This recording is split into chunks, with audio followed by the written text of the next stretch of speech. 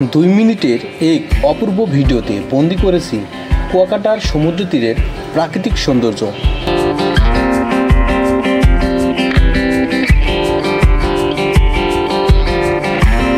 ঝাউবনের ছায়াঘেরা পথ ধরে এগিয়ে চলেছি নীল জলরাশির কোল ঘেঁষা সুনিবিড় নিঃসর্গ। সেই ঝাউবনের মাঝে হঠাৎ চোখে পড়ল অসংখ্য গরু, অবলীলায় পাতার স্বাদ দিচ্ছে।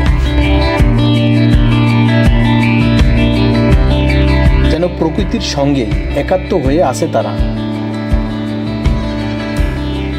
প্রথমে মনে হলো এরা বুঝি বন্য প্রাণী, কিন্তু স্থানীয় এক অধিবাসীর সঙ্গে কথা বলে জানলাম এদের প্রত্যেকটিরই মালিক আছে। সন্ধ্যা হলে তারা বাড়ি ফিরে যায়, আবার কেউ কেউ রাত কাটায় এই শান্ত নির্জন বনে।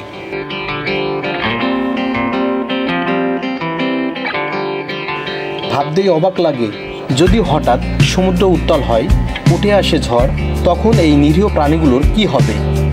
প্রকৃতির রূপ যে শুধু মায়াবী নয়, অনেক সময় নির্মমও হতে পারে।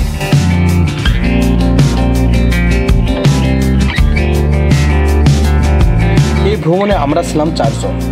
আমি নিজে, শাহিন, শরীফুল ও শামীম ভাই। সঙ্গে ছিলেন আমাদের গন্তব্য পাগল ড্রাইভার ভাইটি। সমুদ্র তখন উত্তাল, বিশাল বিশাল ঢেউ এসে আছড়ে পড়ছে তীর ঘেঁষে, আর আমরা মুগ্ধ চোখে তাকিয়ে আছি, সমুদ্রের গর্জন শুনছি। আর ঝাউবনের পাশে পাশে অটো ভ্যানে চেপে এগিয়ে চলেছি এক স্বর্ণীল সন্ধ্যার দিকে। ঝাউবনের নির্জনতা ভেঙে মাঝে মাঝে ভেসে আসে কিছু রমণীর কণ্ঠস্বর ও পদচারণা, যেন প্রকৃতির ক্যানভাসে নতুন রঙের ছোঁয়া।